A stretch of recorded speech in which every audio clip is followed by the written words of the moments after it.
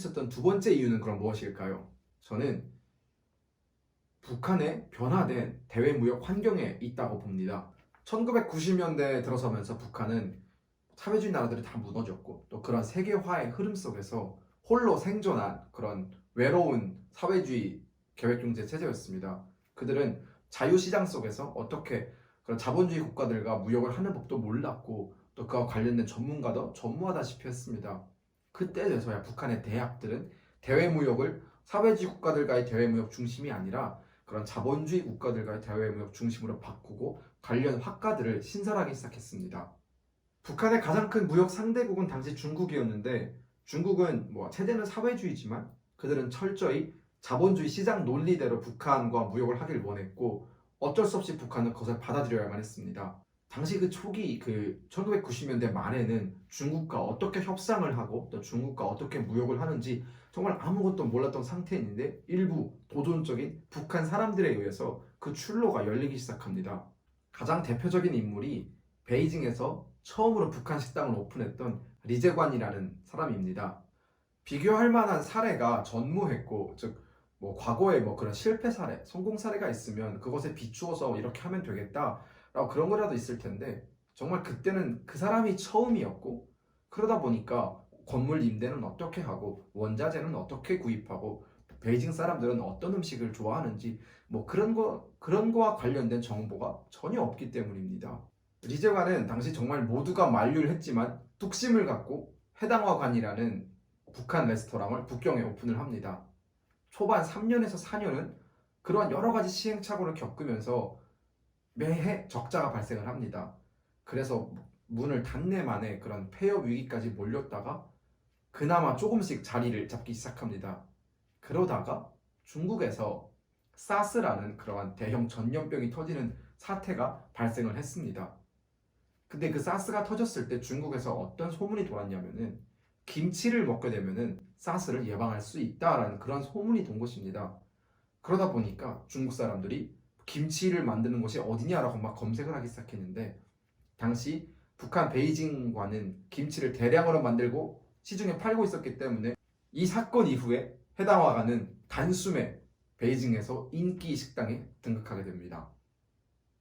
이러한 성공에 힘을 입어서 리제관은 나중에 베이징과 그 근처 도시에 7개 해당 화관을 내올 수 있었고 또 대형 김치 공장도 세웠고 대형 약품 회사도 세우면서 성공 가도를 달립니다. 또한 2013년에는 해당 화관의 이름을 딴 평양 해당 화관을 평양에 내옵니다. 이 평양 해당 화관은 레스토랑, 쇼핑몰, 안마시설, 수영장, 사우나 이 종합적인 모든 것들이 다 갖춰져 있는 그러한 그때까지만 해도 북한에는 없었던 대형 쇼핑몰이었습니다. 이 쇼핑몰은 인기가 정말 대단했었는데 김정은도 자주 찾아갈 정도였고 거기 가면은 북한의 고위 간부들은 다 만날 수 있다라고 할 정도로 고위층들에게는 인기가 많았습니다. 해당 화간의 이러한 성공에 자극을 받은 북한의 돈 많은 사람들은 너도 나도 그런 해외 사업에 뛰어들기 시작합니다. 이것이 어떻게 가능하냐? 북한인 사회주의 체제이고 사유재산을 인정하지 않는데 어떻게 개인 기업들을 할 수 있느냐라고 질문을 갖는 분들이 계실 텐데요. 이것은 어디까지나 북한 당국이 눈을 감아주었기 때문에 가능한 것입니다. 이러한 돈 많은 사람들, 즉 이러한 돈주들을 외화벌이 수단으로 사용하고 싶었던 북한은 이들의 소속을 어떤 경제 부분이나 아니면 북한의 국가 권력 기관에 등록을 시켜서 이들의 합법성을 보장해 줍니다. 그리고 이들이 만드는 회사도 명목상으로는 북한 어떤 권력 기관에 소속이 되어 있습니다. 그러나 실질적으로 회사를 운영하고 또 회사를 운영했을 때 나오는 수익 배분은 궁극적으로 이 회사 주인에게 있는 것입니다. 자, 쉽게 말해서 A라는 사람이 회사를 가졌습니다. 하지만 문서상의 그 A라는 회사는 국가기관 소속입니다. 그러나 좀 내부를 좀 더 들여다봤을 때 그 회사는 A라는 그 개인이 소유하고 있습니다. 그 A라는 사람은 그 회사를 운영하면서 나오는 수익의 몇 퍼센트를 국가에 바칩니다. 우리는 그것을 충성자금이라고 부르는데 국가는 어느 정도의 충성자금만 바치게 되면은 그 회사가 무엇을 하든 어떻게 돈을 벌든 크게 관여치 않습니다. 이것 또한 어떻게 보면은 우리나라에서 기업이 국가에 내는 그런 세금과 비슷한 논리인데요. 북한은 궁극적으로 그런 회사들을 많이 늘려서 그들이 그런 충성자금을 꼬박꼬박 바치기만 하면 되는 것입니다. 1998년 이후 중국과 세계 곳곳에 나간 북한 식당의 수는 수백 개에 이릅니다. 또한 세계 곳곳에 북한의 무역 회사들도 덩달아 진출을 한 것입니다. 이들이 가장 많이 진출한 것은 아무래도 중국이었습니다. 왜냐하면 중국은 북한이 무너지는 것을 바라지 않았기 때문에 북한의 개인 사업가들이 중국에 들어와서 돈을 버는 것을 허용을 해주었습니다. 또한 대북 제재가 그렇게 강하게 이루어지고 있을 때도 중국은 이들을 내쫓지 않고 이들의 사업을 보호해 주었습니다.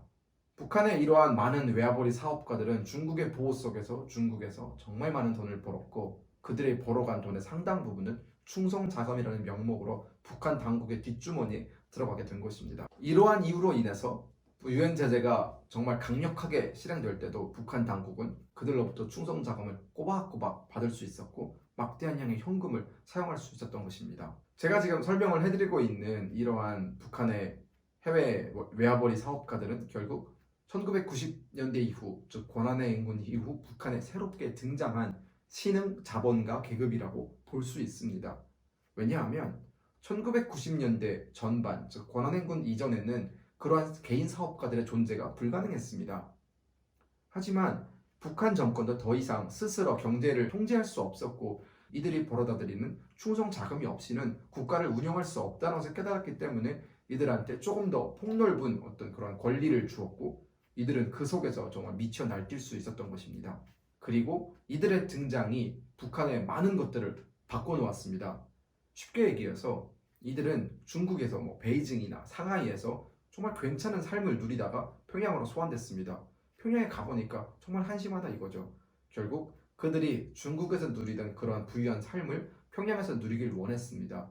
그러한 수요가 있으니까 결국 그들의 요구에 따라서 평양에도 고급 레스토랑들이 즐비하기 시작했고 대성백화점, 낙원백화점, 앞서 아까 제가 말씀드렸던 그런 해당화관과 같은 대형 쇼핑몰들이 곳곳에 들어설 수 있었던 것입니다. 그리고 이건 어디까지나 제 개인적인 추측입니다만 북한이 2008년부터 이제 개인 휴대폰을 허용하기 시작했는데 그것도 아마도 그런 신흥 자본가 계급의 강력한 요구가 있었기 때문에 가능하지 않았을까 저는 그렇게 생각을 하고 있습니다. 왜냐하면 그들은 중국에 있을 때에는 핸드폰을 마음대로 사용할 수 있었는데 북한에서는 핸드폰을 사용할 수 없다라는 그 불편함을 계속 호소했고 결국 북한 당국이 그들의 요구를 들어서 허락을 해주지 않았을까 그렇게 보고 있는데 어디까지나 제 개인적인 추측입니다. 지금까지 북한의 경제 발전 요인을 분석하고 크게 두 가지 이유를 들어서 설명했습니다. 하나는 북한의 자생적으로 생겨난 시장, 즉 장마당이었고 둘째는 북한의 달라진 대외무역 환경이었습니다. 어려운 주제이다 보니 좀 설명이 많이 까다롭고 또 어려운 용어들이 등장을 한 것 같습니다. 여러분들이 너그럽게 봐주셨으면 좋겠습니다. 이제는 정말 연말입니다. 제 개인적으로 2019년은 다사다난했고 여러 가지 일들이 저한테 일어났던 것 같습니다. 여러분들의 2019년 어떠셨습니까? 진심으로 바라본데 2020년에는 저와 여러분들 모두 행복하고 기분 좋은 일만 가득했으면 좋겠습니다. 오늘도 영상 시청해주셔서 정말 감사합니다.